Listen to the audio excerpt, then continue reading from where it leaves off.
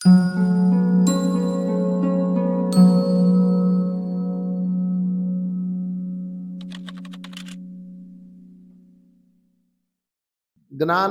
విజ్ఞానము, ప్రజ్ఞానము.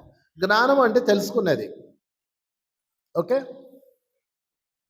జ్ఞానము ఇప్పుడు నేను చెప్తున్నాను, మీరు తెలుసుకుంటున్నారు, అది జ్ఞానం అంతే. దీనివల్ల ఏంటి ప్రయోజనం అంటే జస్ట్ ఇన్ఫర్మేషన్ అనమాట. నేను బోల్డంత చెప్పాను మీకు, ఇదంతా ఇన్ఫర్మేషన్ లోపలికి వెళ్ళిపోతుంది. అది అవునో కాదో తెలుసుకోవాలి కదా. తెలుసుకోవాలంటే మీకు ఒక అనుభవం కావాలి. ఇప్పుడు ధ్యానం చేస్తే తలకాయ నొప్పి పోతుంది అని చెప్పాను నేను, అది జ్ఞానము. మీరు ధ్యానం చేసి అనుభవం పొంది తలకాయ నొప్పి పోగొట్టుకున్నారనుకో, అది విజ్ఞానము. ఓకే, దాన్ని విజ్ఞానం అంటారు. ప్రజ్ఞానం అంటే ఏంటంటే దాన్ని మళ్ళీ మీరు తీసుకెళ్ళి ఇంకోళ్ళకి చెప్తారు, ఇంకోళ్ళకి అందిస్తారు. వాడికి అర్థమయ్యేలా అందించడమే ప్రజ్ఞానము. ప్రజ్ఞ అంటే టాలెంట్ అని ప్రజ్ఞ అంటారు అనమాట. ఓకే, జ్ఞానం అంటే తెలుసుకోవటము, విజ్ఞానం అంటే తెలుసుకున్న దాన్ని అనుభవం పొందడము, అనుభవం పొందిన దాన్ని మరొకరికి అందించడము ప్రజ్ఞ. ఓకే, ఇప్పుడు అబ్బాయి ఉన్నాడు, అతనికి ఒక ప్రాబ్లం ఉంది, ధ్యానంలోకి వెళ్ళిన ఆయన నీ తలకాయ నొప్పి తగ్గుతుంది అని చెప్పారు, వచ్చాడు, తర్వాత అనుభవం పొందాడు. ఇదిగో నువ్వు పలానా కర్మం చేసావు కాబట్టి నీలో అది వచ్చింది. అతను పశ్చాత్తాపం చెందాడు, అవునా అయ్యో ఆ క్షమాపణ చెప్పుకున్నాడు, అది పోయింది. 50% కాదు, 60%, 70% పోయింది. ఇంకో 20% ఉంటుంది. ఈ 20% మీరు ఏం చేయాలి? సేవ చేయాలి.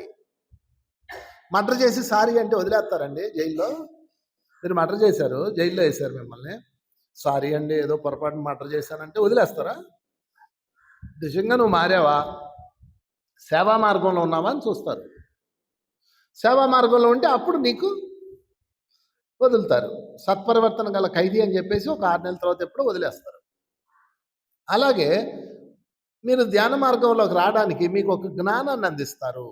ఒక పాంప్లెట్ రూపంలోనో, మాట రూపంలోనో, వీడియో రూపంలోనో, గురువుల రూపంలోనో మీకు ఒక మెసేజ్ వస్తుంది. వచ్చినప్పుడు మీరు ఏం చేస్తారు? అది పట్టుకొని వెళ్తారు. అది జ్ఞానము. అతను వెళ్ళాడు అలాగా, జ్ఞానము. 2, దాన్ని అనుభవం పొందాలి. ఊరికే వింటే సరిపోదు. మీరు ఎంత చెప్పినా, తెల్లారులు చెప్పినా, మీరు ధ్యానం చెప్పితే ఉపయోగం లేదు కదా. అనుభవం పొందాలి కదా. అతను అనుభవం పొందాడు, అది విజ్ఞానము. విజ్ఞానం వచ్చేసింది. ఇక 3వది ప్రజ్ఞ. సేవ చేయాలి. పక్షులకి సేవ చేయాలి నువ్వు అర్జెంటుగా. మొత్తం ఊళ్ళో పక్షులన్నిటికీ అన్నం పెట్టాలి నువ్వు, జంతువులకి ఆహారం పెట్టాలి. అప్పుడే మిగతా కథ వదులుతుంది. అది ప్రజ్ఞ. అర్థమైందండి? ఆధ్యాత్మిక సేవ చేసే సేవకులందరూ కూడా ప్రజ్ఞావంతులు అనమాట.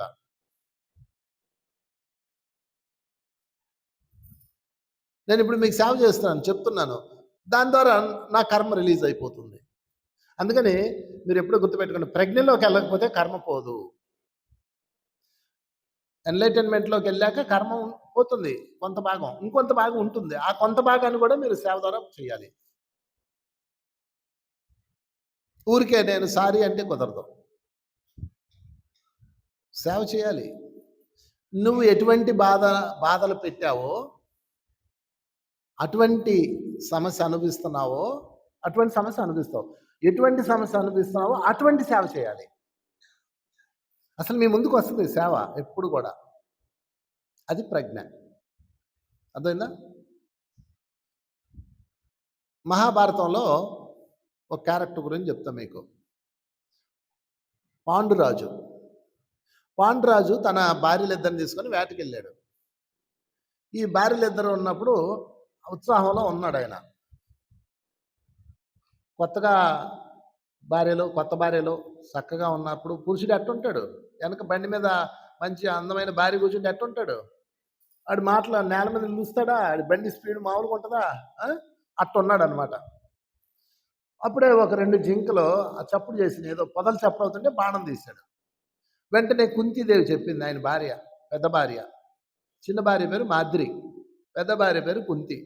ఆమె చెప్పింది, నాదా ఇది సాయంత్రం వేళ అయిపోయింది, ఈ టైంలో వేట ఆడకూడదు కదా, అది ఏంటో తెలుసుకో, దాన్ని ఎందుకు అవసరమా, హాయిగా ఉండేడా అంది. నేను ఎవరినే క్షత్రియుణ్ణి అని మేసం తిప్పాడు. మరి పెళ్ళాం కదా,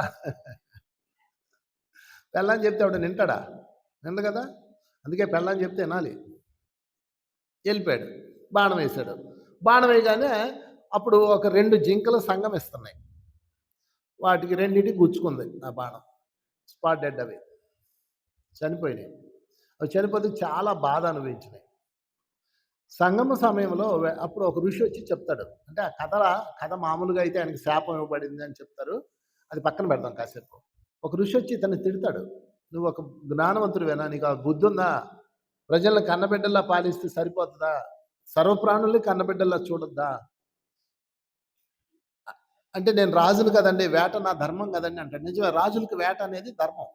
వేట అంటే జంతువులను చంపడం కాదు. ప్రజల్ని భయభ్రాంతులు చేస్తున్న సింహాలు, పులులు అలాంటి మీద పడి మనుషులు చంపుతున్నప్పుడు వాటిని చంపాలి. అంతేగాని వేట అంటే సరదాగా చంపుకొని వెళ్ళేదని వేట అంటున్నాయి ఆయన. అయినా ఈ సమయంలో, సంగమిస్తున్న సమయంలో గుర్తుపెట్టుకోండి, ఒక 2 జంతువులు సంగమిస్తున్నప్పుడు చిరుతుపులు కానీ ఏదన్నా వచ్చినా వాటి దగ్గరికి వెళ్ళదు, తెలుసా? అది ప్రకృతి యొక్క గొప్పతనం. ఒక జంతువుని జంతువు కూడా డిస్టర్బ్ చేయదు, కానీ నువ్వు ఏకంగా చంపేశావు అని చెప్పి ఆయన బాగా క్లాస్ పీకుతాడు. ఆయన చాలా ఫీల్ అయిపోతాడు. నిజమే కదా, నేను ఎంత తప్పు చేశాను, ఎంత అజ్ఞానంలో ఉన్నానని ఆయన రియలైజ్ అవుతాడు పాండురాజు. అక్కడతో ఆయనకేమొచ్చింది? జ్ఞానం కాస్త విజ్ఞానం వచ్చేసింది. మరి ప్రజ్ఞ కావాలి కదా. అప్పుడు రాజ్యంలోకి వెళ్తాడు. వెళ్ళి వాళ్ళ రాజ్యంలో అన్నకు చెప్తాడు, తండ్రికి చెప్తాడు, పినతండ్రి భీష్మ పితామహుడు చెప్తాడు, నేను రాజ్యాన్ని వేలను, నాకు రాజ్యాన్ని పాలించే హక్కు లేదు. చూడండి ఎంత గొప్ప మాట అన్నాడు. కనుక నేను ఇక్కడ ఉన్నాను, నేను తప్ప చేసుకోవడానికి వెళ్ళిపోతున్నాను అని చెప్పేసి తన 2 భార్యలు తీసుకొని వెళ్ళిపోతాడు, అడవిలోకి వెళ్ళిపోతాడు. అప్పుడు ధృతరాష్ట్రుడు రాజ్యం వస్తుంది అనమాట. ధృతరాష్ట్రుడు పెద్దవాడు, అతను గుడ్డివాడు అవడం వల్ల రాజ్యం ఇవ్వలేదు. ఇతను రాజు. ఇప్పుడు రాజ్యం వదిలేశాడు కదా, అతనే రాజు అయ్యాడు. ఇతను అడవిలోకి వచ్చాడు. అడవిలోకి వచ్చి ఏం చేశాడు తెలుసా? ఏం చేశాడు అంటే ఆయన జీవహింసకు వ్యతిరేకంగా పనిచేశాడు. మనం ఇప్పుడు పిరమిడ్ ధ్యానం ఏం చేస్తున్నారో అది ఆయన చేశాడు. అడవిలో జంతు సంరక్షణ చేశాడు, సర్వ ప్రాణుల్ని కాపాడాడు. అర్థమవుతుందా? అక్కడ సేవ చేశాడు, పక్షులకి, జంతువులకి, అన్నిటికీ.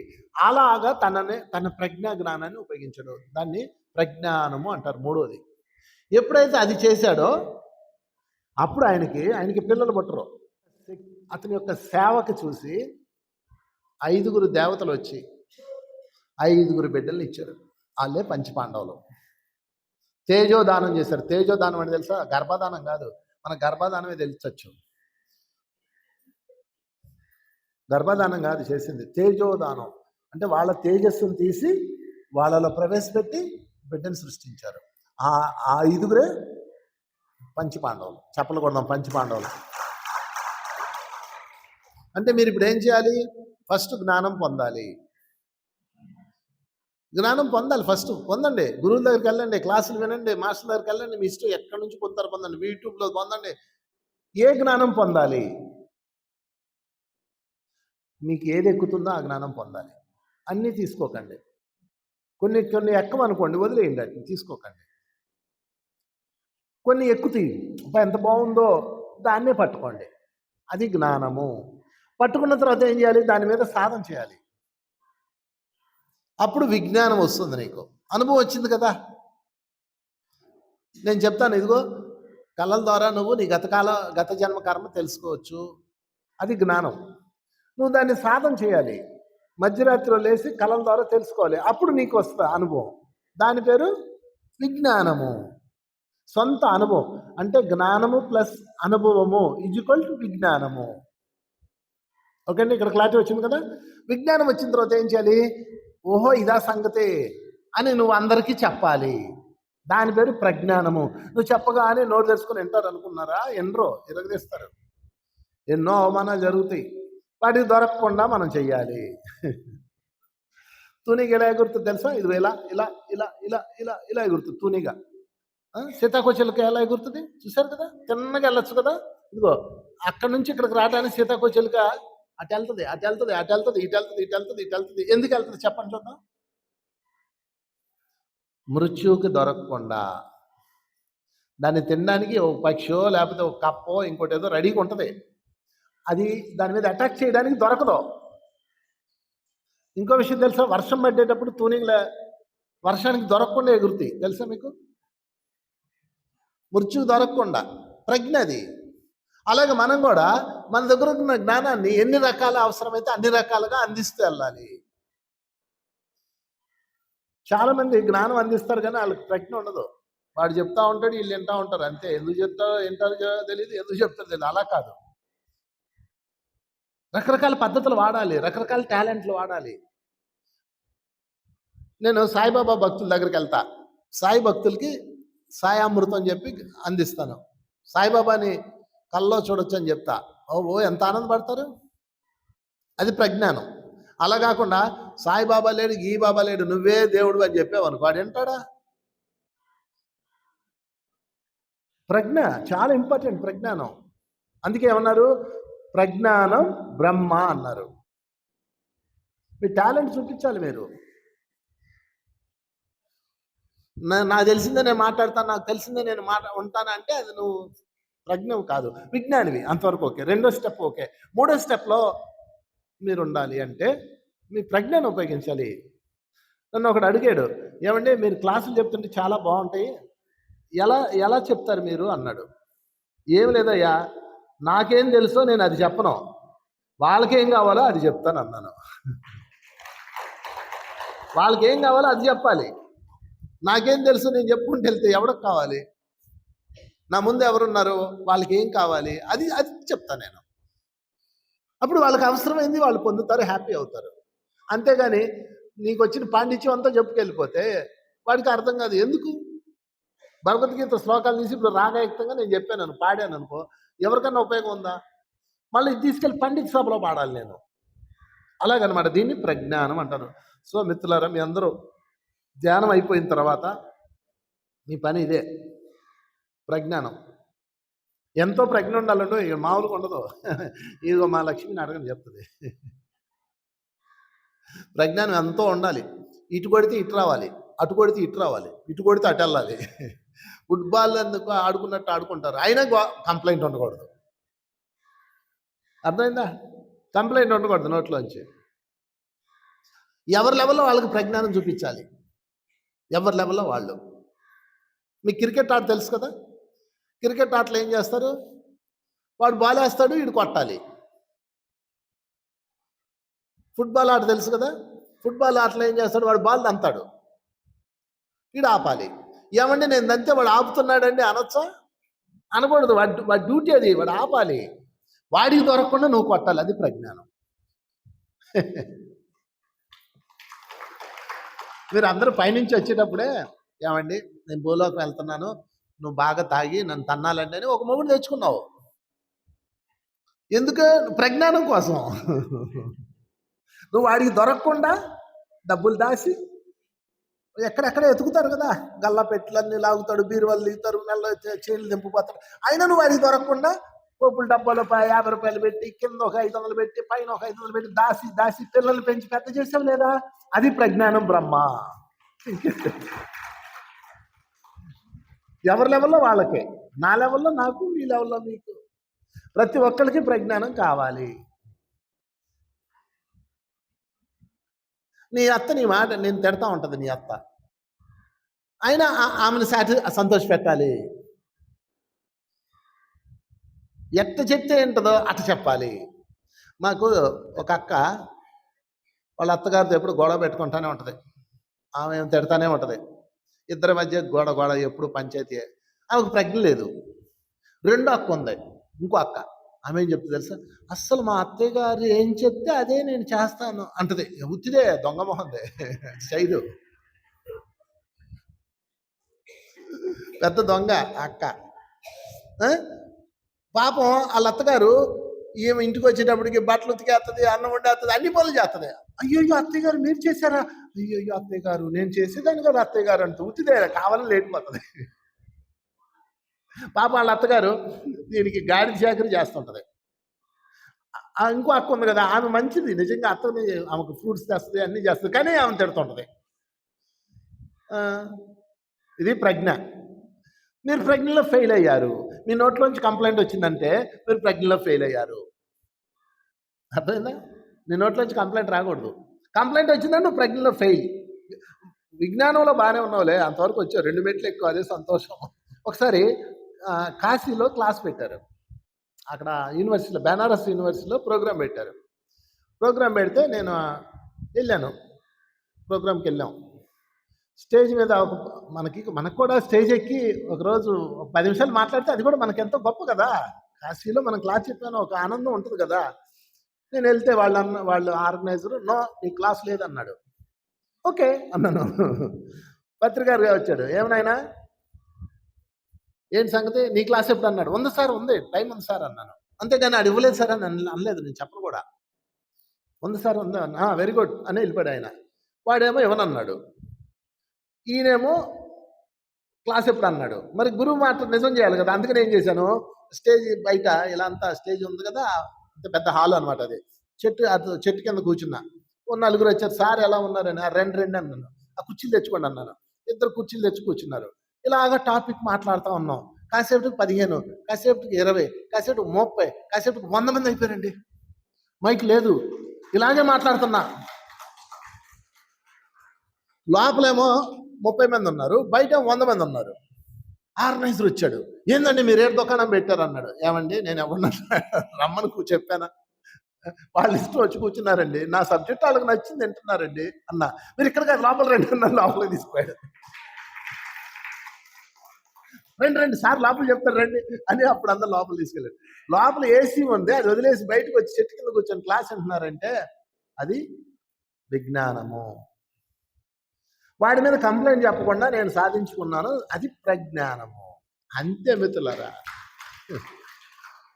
మన దగ్గర విజ్ఞానం ఉందనుకో ఎత్తుక్కుంటూ వస్తారు. నీ దగ్గర సరుకు లేదనుకో ఎవడు రాడు. ఇదే పేరవారం నన్ను ఇప్పుడు పిలిచి ప్లీజ్ ప్లీజ్ క్లాస్ చెప్పండి ఎందుకు బతిలాడిందామే, జ్ఞానం ఉంది కాబట్టి. జ్ఞానం లేకపోతే ఎవడు రమ్మ దగ్గర తీరు. అందుకని అన్ని రంగాల్లో ఈ 3 ఉంటాయి. చాలా మంచి ప్రశ్న అడిగావు దేవి, చెప్పకూడదు దేవికి. చెప్పండి, జ్ఞానము, విజ్ఞానము, ప్రజ్ఞానము. ఈ 3 నీ జీవితంలో ప్రతి కోణంలో ఉంటాయి, ప్రతి చోట ఉంటాయి, ప్రతి లెవెల్లో ఉంటాయి. పెద్దవాళ్ళందరినీ పిల్లలు బాగా చూసుకోవాలంటే ఒకే ఒక పని చేయండి. అసలు మీరు వాళ్ళ విషయాలు చూడకండి, మాట్లాడకండి, వినకండి, సలహాలు ఇవ్వకండి. ఈ 4 పనులు చేయండి చాలు. మిమ్మల్ని బ్రహ్మాండం చూసుకుంటారు వాళ్ళు. ముఖ్యంగా సలహాలు ఇవ్వకండి, అడిగితే ఇవ్వండి. ఒకటి చూడకండి వాళ్ళ వైపు, ఎటు పోతున్నారో, ఎటు వస్తున్నారో, ఏ సినిమాకి పోయారో, ఏ ఊరు పోయారో మీకెందుకు, వాళ్ళ వైపు చూడకండి. 2 మాట్లాడకండి వాళ్ళ గురించి. వాళ్ళు ఇలా వెళ్తున్నారు, ఇలా వస్తున్నారు, అలా చేస్తున్నారు. రాత్రి 11ంటికి ఇంటికి వచ్చారు, మొగుడు పిల్లలు ఇద్దరు అన్నారు అనుకో, నిన్ను దరిమేస్తారు, లేదా వాళ్ళు జంప్ అయిపోతారు. అయితే వాళ్ళు జంప్ అయిపోతారు, వేరే ఉద్యోగం పేరుతో జంప్ అయిపోతారు. ఉండరు, కలిసి లేరు ఎక్కడ. ఇంకా మీ ఊళ్ళలో నయ్యం ఉన్నారు, మీ పిల్లలు చాలా మంచోళ్ళు. చెడగొట్టుకోకండి, వాళ్ళ గురించి మాట్లాడకండి, చూడకండి. ఆ ఇంట్లో మీరు ఒక గెస్ట్లా ఉండండి, ఆధ్యాత్మిక వైపు తిరగండి, చక్కగా ధ్యానం చేసుకోండి, ఇలా క్లాసులకు రండి. ఎప్పుడు వీలైతే అప్పుడు, ఎక్కడ వీలైతే అక్కడ. గురువుగారు ఎన్ని సృష్టించాడు ఇలాంటి క్షేత్రాలు. ఫ్రీ భోజనం, ఫ్రీ అకామిడేషన్, ఇంకా బస్సులు కూడా ఫ్రీ పెట్టారు. ఇంకేం కావాలి మీకు చెప్పండి. అందుకే ఆడవాళ్ళు ఎక్కువ వచ్చారు. ఇంక చాలన్నట్టు ఏం ఆటో కూడా ఫ్రీ పెట్టింది. ఏం చెప్పండి, మీకు ఏం కావాలి, ఇంతకన్నా ఏం కావాలండి చెప్పండి. అందుకని పూర్తిగా ఆధ్యాత్మిక వైపు తిరగండి, ఆనందం వైపు తిరగండి. అలా కాకుండా అది ప్రజ్ఞ. వాళ్ళకి నేను ఎలా ఉంటే నచ్చుతానని ఆలోచించండి మై డియర్ సీనియర్ సిటిజన్స్. ఎందుకంటే మీకు మనసు బాగోలేదు ఇప్పుడు. ఏ పెద్దవాళ్ళకి మనసు శాంతంలో లేదు. ఎందుకంటే పిల్లల నుంచి అవమానాలు వస్తున్నాయి. రేపు వాళ్ళు పట్టించుకుంటారు లేదా భయం వస్తుంది, ఏదన్నా జరగచ్చని ఒక దిగులు వచ్చింది. అవన్నీ తీసేయండి, సాధన పెంచుకోండి. మిమ్మల్ని రక్షించేది ఒక్కటే మీ సాధన, ఇంకోటి లేదు. మనసులో పడకుండా హాయిగా జీవించి హాయిగా మిమ్మల్ని పంపించేది ఒక్కటే, సాధన సాధన సాధన, ఇంకొకటి లేదు. సాధన జ్ఞానము, సాధన సత్సంగం, ఈ 2. జ్ఞానము విజ్ఞానము. సత్సంగం ద్వారా విజ్ఞానం వస్తాయి, అనుభవం ద్వారా విజ్ఞానం వస్తాయి. అంతే సింపుల్. సేవ చేయండి, ప్రజ్ఞానము. సో ఈ విధంగా మీరు కనుక మార్చుకున్నారనుకో మీ జీవితాన్ని, ప్రజ్ఞానం అద్భుతంగా వెళ్తుంది. అది ప్రజ్ఞ. అర్థమైందా? నీ భార్య ఉంది పరమ గయ్యాలి, ధ్యానంకి వెళ్తే తిడుతుంది భార్య, అంతే. మందు కొట్టడానికి వెళ్తే తిట్టదు, అదో విచిత్రమైన జబ్బు మనిషి. మందు కొట్టడానికి వెళ్తే తిట్టదు, పార్టీకి వెళ్తే తిట్టదు. అలాంటి భార్య మానులు ఉన్నారు. ధ్యానం క్లాస్కి వెళ్తే తిడుతుంది, అదేంటో పిచ్చిది. ఒకసారి ఆ మహాతల్లి నన్ను అడిగింది, ఏమండి మా ఆయన మీ ధ్యానంకి వస్తున్నాడు అంది. రాని అమ్మ, వస్తే నష్టం ఏంటి, మొన్నటిదాకా మందు కొట్టేవాడు, ఇప్పుడు ధ్యానంకి వచ్చి ధ్యానం చేస్తాడు, మంచిదే కదా అన్న. అంటే నా భయం అది కాదండి, ఈయన ధ్యానంకి వెళ్ళి అలా వెళ్ళి సన్యాసులో కలిసిపోయి అటు పోతాడేమోనండి అంది. అమ్మ ఆయన చేసి ₹10 ధ్యానానికి అని రావు అమ్మ అని చెప్పాను. ₹10 ధ్యానం చేస్తారు, దీనికి ఇన్ని వచ్చేస్తాయి. సన్యాసి అయిపోతాడు, యోగి అయిపోతాడు, ఋషి అయిపోతాడు, గడ్డం పెంచేస్తాడు, కమండలం పట్టుకొని వెళ్ళిపోతాడు. నేను ఎట్టండి, నా పిల్లలు ఎట్టండి అంది. ఏంటి ₹10 ధ్యానంకే? నువ్వు అంత ఆవేశపడకమ్మా, ఆడు చేసి వచ్చేది ఇంత ధ్యానం, దానికి ఇన్ని రావు. నేను బెంగపడకని ఆ తల్లికి చెప్పాను. నాకు వచ్చి చెప్పాడు, ఏం సార్ నా పిల్లం ఇలా కాల్చుకుని తింటాను సార్. మరి నీ దగ్గర ప్రజ్ఞ లేదురా, నీ భార్యకి ఏది ఇష్టం అది చెయ్యి. భార్య మనసు మెప్పించు, నువ్వు ఎదవ్వే. నీ భార్య నేను తిడుతుందంటే, నీ భార్య నేను బయట పెడుతుందంటే నువ్వు ఎదవ్వే, గుర్తుపెట్టుకో. ప్రజ్ఞ లేదు నీ దగ్గర, ప్రజ్ఞ పెంచు. మిత్రులారా, నేను చెప్తున్నాను, గుర్తుపెట్టుకోండి. మీ జీవితంలో ఏవైతే ఉన్నాయో అవే మీరు ఎంపిక చేసుకొచ్చుకున్న టాస్కులు. ముందు దాన్ని గెలవాలి మీరు. దాన్ని గెలవకపోతే అయిపోయినట్టే. రామదాస్ ఏం చేశాడు తెలుసా? రాముని ప్రార్థించాడు. పలుకే బంగారమాయన కోదండపాణి, పలుకే బంగారమాయన, పలుకే బంగారామాయ విలచీన పలుకవేవి. పాడాడు, పిలిచాడు, లాగాడు, అరిచాడు, తిట్టాడు, భూషించాడు. రాముడు రాలా. ఏందిరా, నాకు రోజు రోజుకి శిక్ష పెరిగిపోతుంది, రాముడు రాడు, డబ్బులన్నీ దేవస్థానం మీద పెట్టాను, అంతా తగలబెట్టాను, సీతమ్మకు సింతా పథకం చేయించాను. రాముడు తిట్టాడు కూడా, దూషించాడు, భూషించాడు, ఆక్షేపించాడు. ఏం చేసినాడు రాముడు రాలా. ఇలా లాభం లేదు, ఎలాగైనా సరే రాముడు రప్పించాలి. ఎందుకంటే సాక్ష్యానికి రాముడు రమ్మంటున్నాడు ఆయన, తానిషా మహారాజు. అప్పుడు ఏం చేశాడు ఆయన? సీతాదేవి మీద, సీతమ్మకి అప్లికేషన్ పెట్టాడు. ఏం పాట తెలుసది? నన్ను బ్రోమని చెప్పవే సీతమ్మ తల్లి. ఎంత ఎక్సలెంట్ సాంగ్ తెలుసుది.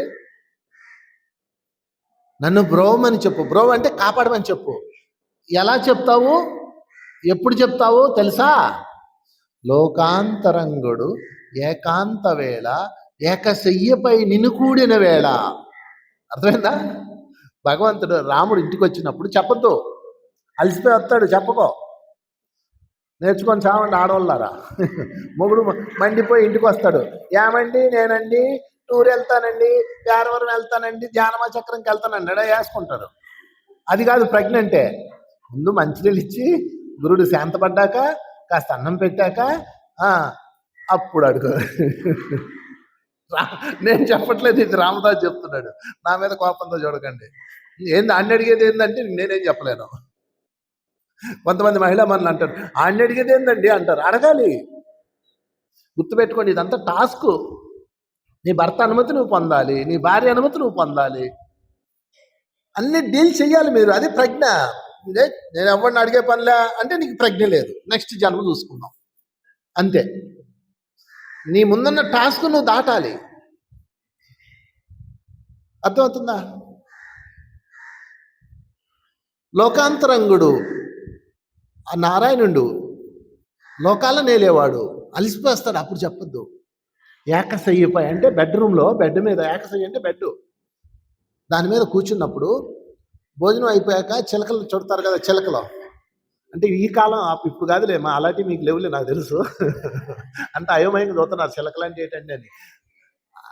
అదేంటిది తమలపాకం చుట్టి మొగ్గున్నట్లు పెడతారు.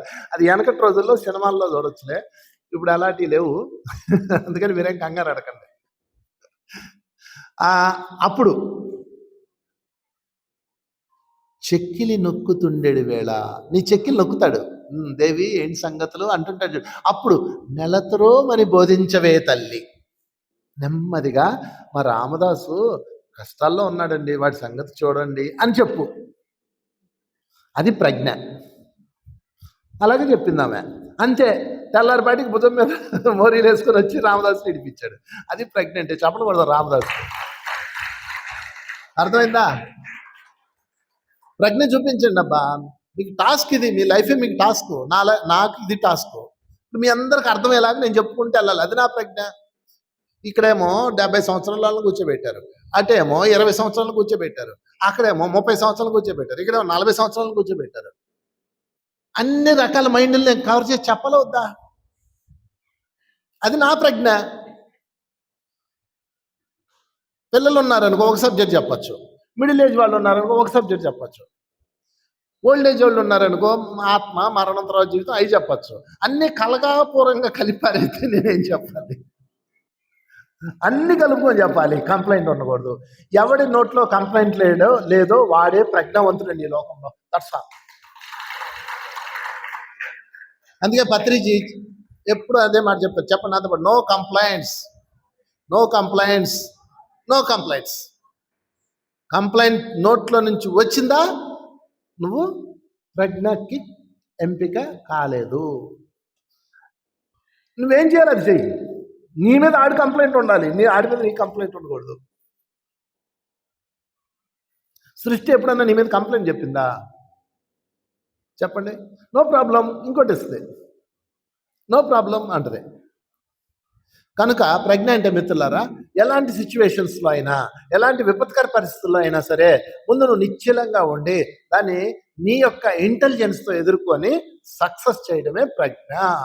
అది మీరు సాధించడం కోసమే మీ జీవితంలో ఇన్ని రకాల విపత్కర పరిస్థితులు పెట్టుకొని వచ్చారు.